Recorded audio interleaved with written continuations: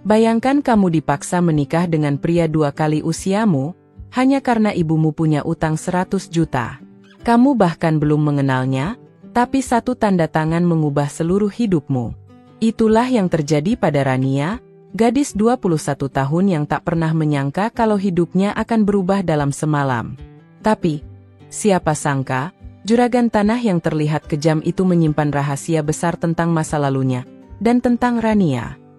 Sebelum lanjut, jangan lupa absen dulu di kolom komen dari kota mana Anda menonton video ini.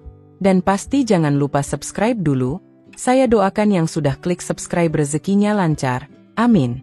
Rania memandangi bubuk kopi dalam gelasnya yang sudah dingin. Matanya merah, bukan karena kurang tidur, tapi karena air mata yang sudah tak bisa lagi dia bendung sejak semalam. Ibu pinjam ke siapa, Bu? Siapa yang kasih utang segede itu?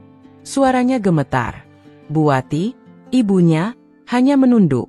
Bibirnya bergetar, tangan gemetar memegang selembar kertas. Rania meraihnya, dan di sana tertera jelas. Surat perjanjian utang piutang. Nilai, 100 juta rupiah. Pihak pemberi utang, Bapak Arga Saputra. Juragan tanah di desa sebelah. Rania menatap ibunya tidak percaya. Kenapa nggak bilang dari awal? Waktu itu ibu bingung, kamu sakit, dan kita nggak punya uang buat berobat. Ibu nggak tahu harus kemana. Dia satu-satunya yang mau bantu, tanpa jaminan. Buati menangis. Namun bantuan itu tidak gratis. Hari ini, pria bernama Arga Saputra, juragan tanah terpandang di desa sebelah, datang ke rumah mereka. Usianya sekitar 38 tahun, berwajah tegas, dingin, dan bicara seperlunya. Aku nggak butuh uang kalian. Aku cuma butuh satu hal. Apa? Tanya Rania, dengan dada berdebar. Rania, menikah denganku. Maka utang ibumu lunas. Dunia Rania seakan runtuh saat itu juga. Ia baru lulus kuliah. Ia punya mimpi. Tapi semua mimpi itu remuk dalam satu kalimat. Ibu nggak mau. Ini gila. Rania membentak. Tapi Buati justru menangis lebih keras. Rania, kamu pikir ibu rela? Tapi kalau kamu nggak mau, rumah kita disita. Kita nggak punya tempat tinggal. Arga menatap Rania tenang, tapi matanya menyimpan sesuatu yang sulit dijelaskan. Aku nggak minta jawaban sekarang. 3 hari, itu cukup untuk memutuskan masa depanmu. Dan saat itu, Rania belum tahu kalau hidupnya akan terikat pada lelaki yang jauh lebih rumit dari yang terlihat. 3 hari terasa seperti 3 tahun. Setiap malam, Rania terjaga. Bukan hanya karena pikiran tentang pernikahan yang tak pernah dia bayangkan, tapi juga karena suara tangis ibunya yang ia dengar diam-diam dari balik pintu kamar. Ibu minta maaf, Nak. Kata-kata itu terus terngiang di kepala Rania. Pagi hari ketiga, Rania berdiri di depan cermin. Wajahnya pucat, tatapannya kosong. Tapi dalam hatinya, ia tahu, diam bukan pilihan. Siangnya, Arga datang lagi. Kali ini sendirian. Tak ada asistennya. Tak ada pengacara. Sudah kamu putuskan? Tanyanya datar. Rania menelan ludah, lalu mengangguk pelan. Aku, setuju. Aku akan menikah denganmu. Buati langsung memeluk Rania dari belakang, sambil menangis. Maafkan ibu, maafkan.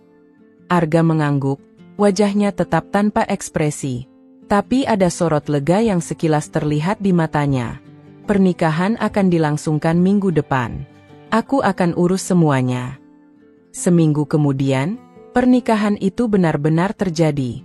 Tanpa gaun putih indah. Tanpa pesta besar. Hanya ijab kabul sederhana di rumah Rania, disaksikan oleh penghulu, ibu, dan 2 saksi. Saat Arga mengucap ijab kabul, suaranya mantap. Rania hanya diam, menggenggam tangannya sendiri erat-erat. Usai acara, Arga mengulurkan tangan. Kamu ikut aku sekarang. Kita pindah ke rumahku. Rania menatap ibunya. Tatapan sedih dan penuh rasa bersalah itu seperti paku yang menghujam dadanya. Tapi dia mengangguk. Ia tahu, ini sudah menjadi hidupnya sekarang. Rumah Arga ternyata besar dan sunyi. Di luar tampak megah, tapi di dalam terasa dingin. Tak ada kehangatan rumah. Tak ada tanda-tanda kehidupan seorang istri atau anak. Kamar Rania disiapkan di ujung lorong lantai 2. Terpisah jauh dari kamar Arga. Aku nggak akan menyentuhmu. Pernikahan ini hanya di atas kertas. Kecuali kamu sendiri yang menginginkan lebih dari itu, ucap Arga tiba-tiba, membuat Rania terdiam kaget. Tapi, kenapa kamu mau menikahiku, kalau tidak berniat menjadikanku istri sepenuhnya? Tanya Rania pelan. Arga hanya menatap Rania sebentar, lalu menjawab dingin. Karena kamu mengingatkanku pada seseorang. Lalu ia pergi, meninggalkan Rania dengan 1000 tanda tanya di dalam dada. Hari-hari pertama sebagai istri, Arga terasa seperti mimpi buruk bagi Rania. Tidak ada sapaan pagi, tidak ada sarapan bersama. Arga selalu pergi pagi-pagi buta dan pulang larut malam. Rumah itu sunyi. Bahkan para pembantu hanya bicara seperlunya, seakan menyimpan banyak hal yang tak boleh diungkapkan. Namun rasa penasaran Rania mulai tumbuh ketika ia mendapati sebuah pintu di lantai atas. Persis di seberang kamarnya, selalu terkunci. Pintu kayu tua dengan pegangan berwarna emas kusam. Ia sempat mencoba membukanya, tapi tak pernah berhasil. Bahkan saat bertanya pada pembantu, jawabannya selalu sama. Itu kamar lama, Nyonya. Sudah tidak dipakai. Tapi setiap malam, sekitar pukul 2 dini hari, Rania mendengar bunyi musik piano samar dari arah kamar itu. Seolah ada seseorang yang memainkannya, padahal tak pernah terlihat piano dimanapun. Suatu sore, karena merasa bosan, Rania memberanikan diri masuk ke ruang kerja Arga saat suaminya belum pulang. Ia hanya ingin membaca atau sekadar duduk di ruangan yang terasa hidup. Tapi yang ia temukan malah membuat darahnya berdesir. Di atas meja kerja Arga, tersembunyi di balik tumpukan dokumen, ada sebuah foto lama dalam bingkai kayu. Seorang perempuan muda tersenyum lembut dalam balutan gaun putih sederhana. Wajahnya sangat mirip dengan dirinya. Rania terdiam. Hatinya berdegup kencang. Siapa perempuan itu? Saat ia mengangkat bingkai itu, sebuah kertas kecil jatuh dari belakangnya. Tulisannya miring dan halus, seperti tulisan perempuan. Untuk Arga, cinta pertama dan terakhirku. Jangan pernah melupakanku, meski aku pergi. Rania menggenggam kertas itu erat-erat. Saat itulah suara langkah kaki terdengar mendekat. Arga pulang. Dengan cepat Rania mengembalikan foto ke tempat semula dan berpura-pura membaca majalah. Arga masuk, menatap Rania dalam diam. Lalu berkata pelan, mulai besok, kamu jangan masuk ruangan ini lagi. Kecuali aku yang izinkan. Rania hanya mengangguk. Tapi di dalam hatinya, rasa penasaran tumbuh semakin dalam. Siapa perempuan itu? Apa hubungan Arga dengannya? Dan yang paling membuatnya gelisah, kenapa wajahnya begitu mirip dengan dirinya? Rania tak bisa tidur malam itu. Setiap kali memejamkan mata, wajah perempuan dalam foto itu muncul. Senyumnya, tatapannya, dan yang paling membuat Rania tak tenang, kemiripan yang begitu jelas dengan dirinya sendiri. Pagi-pagi sekali, ia bangun dan berjalan pelan ke depan kamar misterius di lantai atas. Pintu itu masih terkunci. Tapi kali ini, Rania mencoba sesuatu yang berbeda. Ia menempelkan telinganya ke pintu. Dan lagi-lagi, ia mendengar suara piano. Lembut, lirih, menyayat. Seolah dimainkan oleh seseorang yang merindukan sesuatu yang tak akan pernah kembali. Suara itu berhenti tiba-tiba. Rania buru-buru kembali ke kamarnya. Tapi sebelum sempat duduk, sebuah kunci kecil jatuh dari balik lemari tempat ia menyimpan tas saat pertama kali pindah ke rumah itu.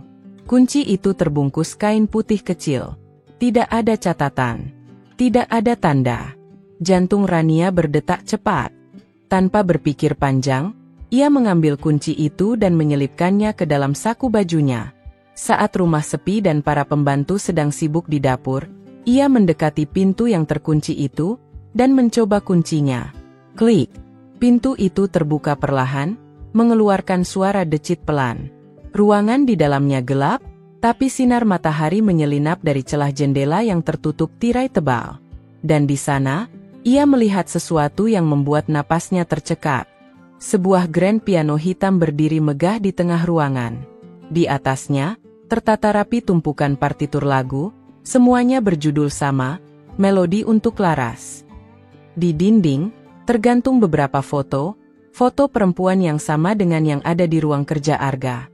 Beberapa bahkan menunjukkan perempuan itu sedang tersenyum sambil memainkan piano. Di pojok ruangan, Rania melihat sebuah kardus berdebu. Di dalamnya, ada gaun putih yang sudah menguning, buku harian, dan akte kematian. Tangannya gemetar saat membaca nama di akta itu. Larasati Ayu Ningtyas. Meninggal pada usia 24 tahun. Istri dari Arga Saputra. Rania memundurkan tubuhnya. Tak percaya. Perempuan yang wajahnya mirip dengannya adalah istri pertama Arga. Dan sekarang, Rania mengisi posisi yang sama, di rumah yang sama, di dalam hati pria yang belum pernah benar-benar move on. Sebelum ia sempat keluar dari ruangan itu, tiba-tiba sebuah suara berat terdengar dari ambang pintu. "Siapa yang izinkan kamu masuk sini?" Rania membalikkan badan dengan jantung nyaris berhenti. Arga berdiri di sana. Tatapannya tajam, bukan marah, tapi seolah takut. Takut masa lalu yang ia kubur, kini mulai bangkit kembali. Arga menatap Rania lekat-lekat. Nafasnya terdengar berat. Tapi ia tidak melangkah masuk. Ia hanya berdiri di ambang pintu, seolah takut pada kenangan yang menunggu di dalam ruangan itu. Rania menggenggam erat buku harian yang belum sempat ia buka. Aku minta maaf. Aku nggak sengaja, ucapnya pelan. Arga tidak menjawab. Ia melangkah masuk, memejamkan mata sejenak, lalu berkata lirih, "Kamu mirip sekali dengannya, terlalu mirip." "Dia istrimu?" Arga mengangguk pelan. "Laras, istriku, yang meninggal 5 tahun lalu." Suasana hening. Bahkan suara burung pun tak terdengar. Hanya detak jantung Rania yang berdetak cepat, dan suara desahan pelan dari Arga. "Aku nggak tahu harus percaya atau tidak," ucap Rania kemudian. "Tapi kalau alasan kamu menikahiku cuma karena aku mirip Laras, itu salah. Aku bukan dia." Arga duduk di bangku piano, menunduk. "Kamu benar. Tapi saat pertama kali lihat kamu, aku merasa seperti dikembalikan ke masa lalu. Seolah Tuhan ingin aku menebus semua kesalahan yang pernah aku buat pada Laras."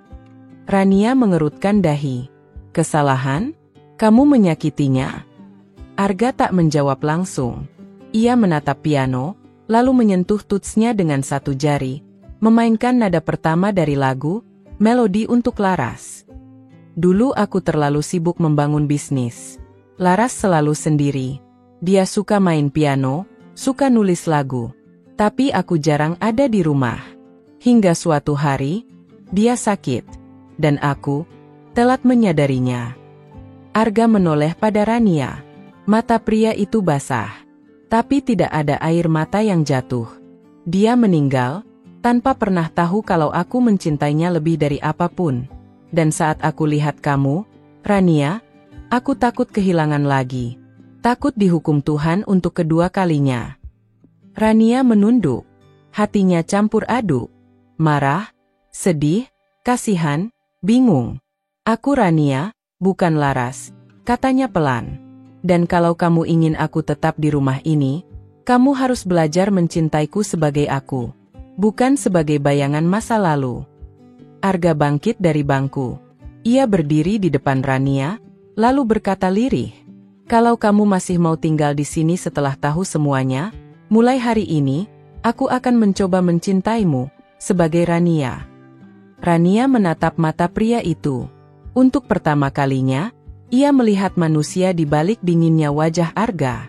Seseorang yang pernah patah, dan kini berusaha menyambung kembali keping-keping hatinya. Tapi di dalam dirinya, Rania masih belum yakin. Apakah ia bisa mencintai pria yang awalnya datang sebagai penebus utang? Atau, apakah dirinya hanya akan jadi pelarian dari luka lama? 3 minggu setelah pembicaraan itu, hubungan Rania dan Arga perlahan mencair. Arga mulai pulang lebih awal, sesekali mengajak Rania makan malam di teras, dan bahkan mengantar Rania ke toko buku desa tanpa diminta. Rania pun mulai merasa nyaman. Meski belum sepenuhnya membuka hati, tapi ia merasa, mungkin, ini bukan pernikahan seburuk yang ia bayangkan. Namun kenyamanan itu hancur ketika malam itu datang. Hujan turun deras, disertai angin dan petir. Arga sedang ada urusan bisnis di luar kota, meninggalkan Rania sendirian di rumah besar yang sunyi. Para pembantu sudah pulang lebih awal karena jalanan banjir. Rania sedang membaca buku di ruang tamu, ketika bel pintu depan berbunyi keras. "Dek, siapa yang datang malam-malam begini?" Dengan ragu, Rania membuka pintu. Dan di sanalah dia berdiri, seorang perempuan bergaun merah, dengan mata tajam dan wajah yang terlihat sangat tidak asing. "Apa ini rumah Arga Saputra?" tanyanya. Rania mengangguk pelan. "Iya, maaf, Anda siapa?" Perempuan itu tersenyum miring. Senyumnya seperti menyimpan racun. "Namaku Ralin. Tunangannya. Sebelum kamu datang dan merebut semuanya." Rania terdiam. Tak bisa bernapas. Kata-kata itu menamparnya keras. "Tunangannya?" "Iya, kami sudah merencanakan pernikahan sejak 2 tahun lalu. Tapi dia kabur. Hilang. Dan sekarang aku tahu kenapa, karena dia menemukan hantu masa lalunya dalam diri kamu." Ralin melangkah masuk tanpa diminta, duduk di sofa sambil mengeringkan rambutnya dengan tisu. "Kamu pikir dia benar-benar mencintaimu? Jangan bodoh. Kamu cuma pelampiasan rasa bersalahnya karena Laras. Dia nggak pernah selesai dengan masa lalunya." Rania merasa seluruh tubuhnya membeku. Tapi ia berusaha tenang. "Kalau memang kalian tunangan, kenapa Arga nggak pernah cerita?" Ralin tertawa dingin. "Karena dia pengecut. Karena dia tahu, kalau aku muncul, kamu akan tahu siapa Arga sebenarnya. Dia bukan sekadar juragan tanah." Tiba-tiba suara pintu depan terbuka keras. Arga muncul dengan tubuh basah kuyup, menatap kaget ke arah Ralin dan Rania. "Ralin, apa yang kamu lakukan di sini?" Ralin bangkit dan berjalan mendekat. "Aku datang untuk ambil kembali apa yang milikku, Arga. Termasuk kebenaran. Atau kamu mau aku bocorkan semuanya malam ini, termasuk kenapa sebenarnya Laras mati?" Rania membeku. Arga menatapnya, tapi kali ini ada ketakutan di matanya, sesuatu yang belum pernah Rania lihat sebelumnya. Dan saat itu, ia sadar, masa lalu Arga jauh lebih gelap dari yang pernah ia bayangkan. Rania tak tidur semalaman. Kepalanya dipenuhi bayang-bayang. Kata-kata Ralin masih menggema. "Atau kamu mau aku bocorkan semuanya malam ini, termasuk kenapa sebenarnya Laras mati?" Arga menolak bicara setelah insiden semalam. Ia hanya berkata pendek pada Ralin, "Keluar dari rumahku." Dan Ralin pergi, dengan senyum licik. Pagi harinya, Rania menunggu Arga di ruang makan. Kali ini, dia tidak bisa diam lagi. Ia butuh jawaban. "Siapa Ralin sebenarnya?" tanyanya pelan. Arga duduk. Ia tak menyentuh makanannya. Nafasnya berat. "Dia benar, kami pernah bertunangan. Tapi itu setelah Laras meninggal. Aku mencoba membuka lembaran baru, tapi hatiku belum sembuh. Aku tinggalkan dia sebelum pernikahan." "Lalu, soal Laras, apa maksud Ralin dengan penyebab kematian?" Rania menatap Arga, tajam. "Apa kamu menyembunyikan sesuatu?" Hening. Arga menunduk lama, lalu membuka mulutnya lirih. "Laras meninggal karena overdosis obat tidur." Rania terkejut. "Aku pikir dia hanya kelelahan karena sakit. Tapi kenyataannya, dia depresi berat. Dan aku tidak pernah sadar. Aku terlalu sibuk. Terlalu buta." Arga berdiri, berjalan ke jendela, menatap hujan yang kembali turun. Seminggu sebelum dia meninggal, dia pernah bilang, "Aku kesepian. Gak. Aku merasa kamu gak mencintaiku lagi." Tapi aku abaikan. Kupikir itu cuma suasana hati. Air mata jatuh di pipi Arga. Untuk pertama kalinya, Rania melihat pria itu menangis tanpa ditahan. Aku merasa akulah pembunuhnya, Ran. Aku yang membiarkannya mati dalam sepi, di rumah ini. Rania tak bisa berkata apa-apa. Tapi hatinya ikut perih. Bukan karena cemburu, tapi karena tahu betapa dalam luka yang masih tertinggal di hati suaminya. Lalu kenapa kamu memilih aku? Bisik Rania. Arga berbalik. Tatapannya jujur, rapuh. Awalnya, karena kamu mirip Laras. Tapi sekarang, aku sadar, kamu bukan dia. Kamu lebih kuat, lebih berani. Dan mungkin, kamu datang untuk menyelamatkanku dari diriku sendiri. Rania menunduk. Kata-kata itu menyentuh, tapi luka di dalam hatinya belum sembuh. Ia butuh waktu dan kejujuran penuh. Kalau kamu benar-benar ingin bersamaku, jangan ada yang kamu sembunyikan lagi. Termasuk kalau Ralin masih punya sesuatu atas kamu. Arga mengangguk pelan. Mulai sekarang, tidak akan ada rahasia lagi. Namun belum genap sehari setelah percakapan itu, telepon rumah berdering. Rania mengangkatnya. Suara di ujung sana dingin dan mengancam. Kalau kamu pikir Arga sudah jujur soal semuanya, kamu salah besar. Datanglah ke villa tua di ujung bukit malam ini. Sendirian. Atau kamu tidak akan pernah tahu siapa suamimu sebenarnya. Malam itu, meski hujan mengguyur deras dan Arga belum pulang, Rania memberanikan diri berangkat ke villa tua di ujung bukit, sesuai perintah dalam telepon misterius. Ia tak tahu siapa yang menelepon, tapi hatinya mengatakan, jika ingin tahu kebenaran, malam ini adalah saatnya. Perjalanan menuju villa itu menyeramkan. Jalan berbatu, pohon-pohon tinggi, dan hanya ditemani senter kecil di genggamannya. Tak ada sinyal, tak ada manusia lain. Setelah hampir 1 jam, ia sampai di depan bangunan tua yang sudah ditumbuhi lumut. Jendela-jendelanya tertutup rapat, tapi dari dalam terlihat lampu remang menyala. Rania mendorong pintu kayu yang berat itu, terbuka dengan suara berderak pelan. Di dalamnya, aroma kayu tua dan debu menyambut. Tapi lebih dari itu, ada tumpukan foto dan dokumen berserakan di meja tengah. Dan di sana berdiri Ralin, dengan wajah puas. Aku tahu kamu akan datang, katanya sambil menyesap secangkir teh. Apa yang mau kamu tunjukkan? Tanya Rania tegas, meski kakinya gemetar. Ralin menunjuk ke tumpukan berkas. Rania membukanya satu persatu. Matanya membesar. Ada catatan keuangan ilegal atas nama Arga. Transaksi tanah gelap. Pembayaran ke rumah sakit swasta untuk seseorang bernama Rena Larasati, tertulis sebagai pasien jiwa. Rania bingung. Rena Larasati? Bukannya Laras sudah meninggal? Ralin tersenyum sinis. Kamu pikir Arga jujur? Dia hanya memberitahumu sebagian. Ralin menyerahkan sebuah video dari tablet kecil. Isinya, seorang perempuan dengan wajah pucat dan rambut berantakan, sedang duduk di kursi roda. Menatap kosong. Terlihat seperti Laras. Dalam video itu, terdengar suara perawat. Pasien Rena Larasati belum menunjukkan kemajuan. Sudah 5 tahun sejak trauma berat. Tapi suaminya terus membayar biaya rawat. Rania terdiam. Napasnya tercekat. Laras masih hidup? Lalu siapa yang mati? Arga sengaja bilang Laras meninggal, karena dia nggak mau kamu tahu kalau istrinya masih hidup, tapi sakit jiwa.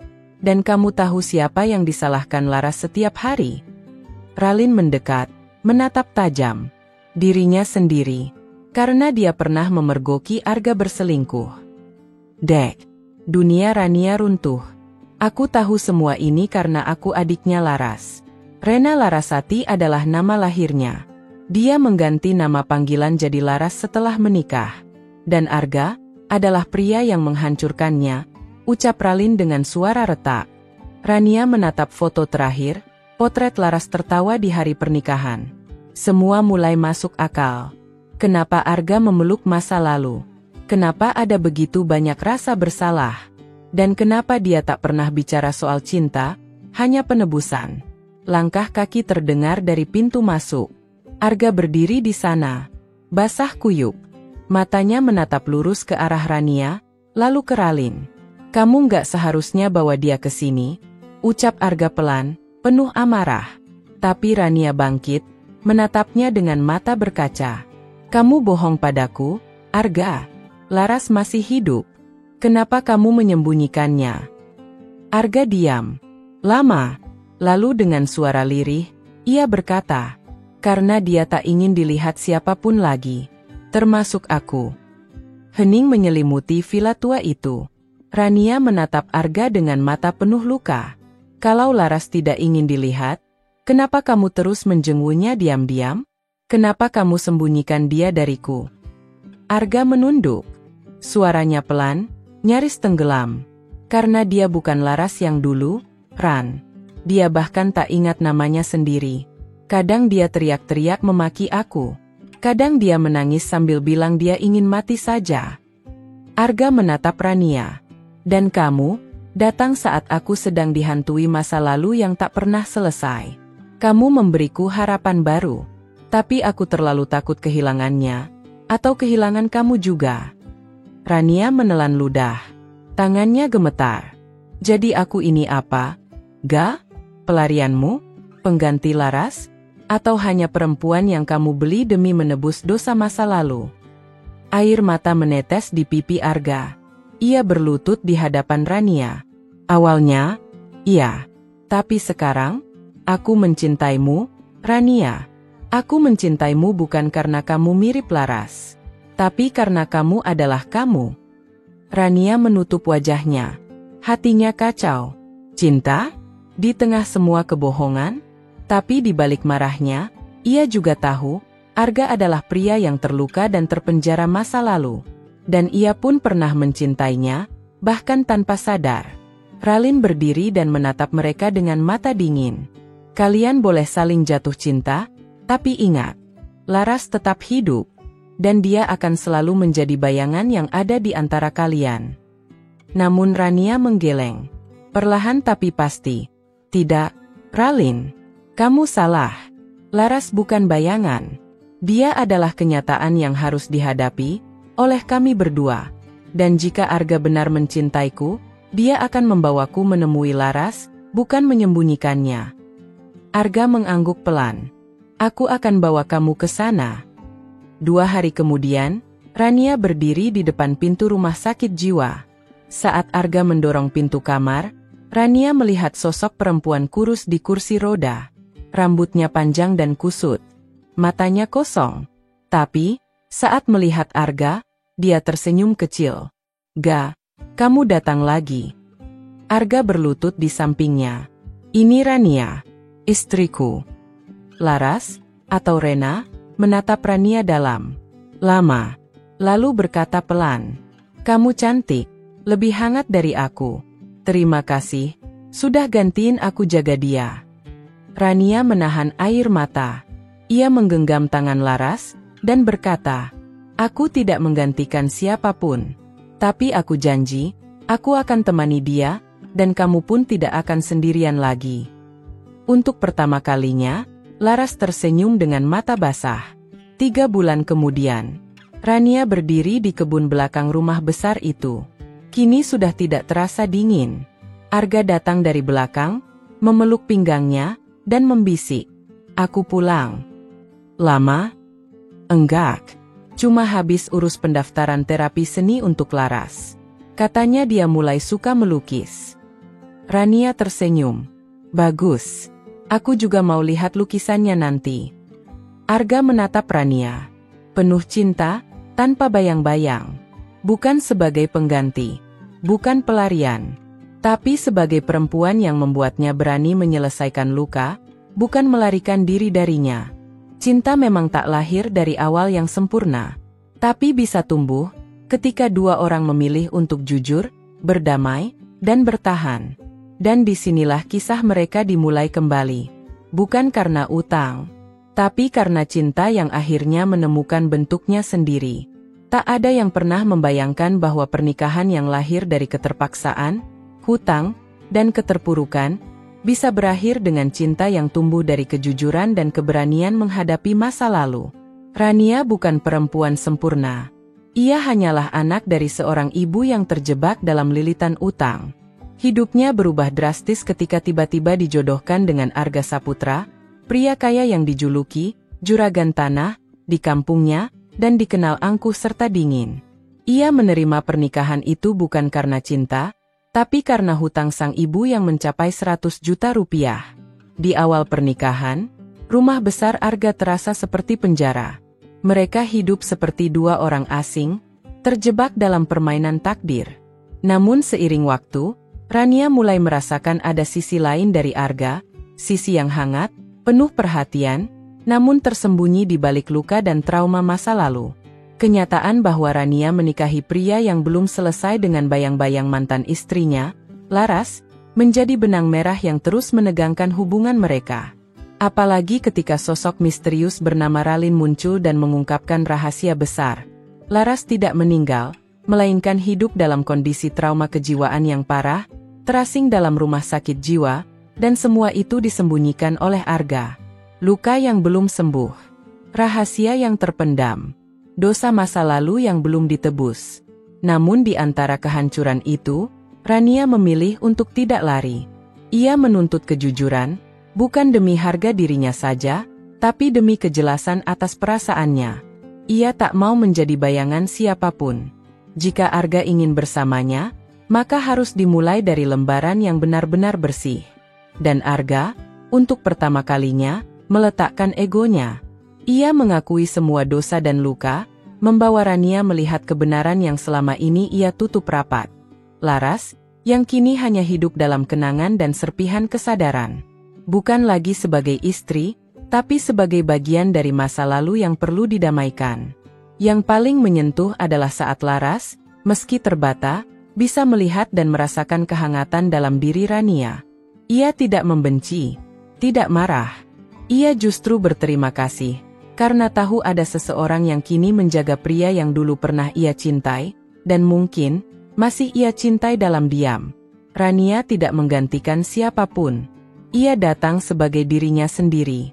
Dan dari sanalah, Arga belajar untuk benar-benar mencintai, dengan cara yang baru, yang utuh, tanpa bayang-bayang. Dalam waktu, cinta mereka bertumbuh. Bukan dari rayuan, bukan dari hadiah, bukan dari kisah romantis layaknya drama. Tapi dari keberanian untuk menjadi jujur, menyembuhkan, dan memilih untuk tetap tinggal, bahkan ketika semua alasan untuk pergi sudah tersedia. Rumah besar itu, yang dulunya dingin dan sunyi, kini mulai terasa seperti rumah. Bukan karena mewahnya, tapi karena di dalamnya ada dua orang yang memilih saling menerima, dengan luka, dengan masa lalu, dan dengan masa depan yang penuh harapan. Dan Laras, ia tetap dirawat, dengan perhatian dan kasih sayang. Bukan dilupakan, bukan disingkirkan. Ia tetap menjadi bagian dari cerita, tapi bukan lagi sebagai hantu masa lalu, melainkan sebagai pengingat, bahwa cinta sejati bukan soal melupakan, tapi soal memaafkan dan melangkah maju bersama.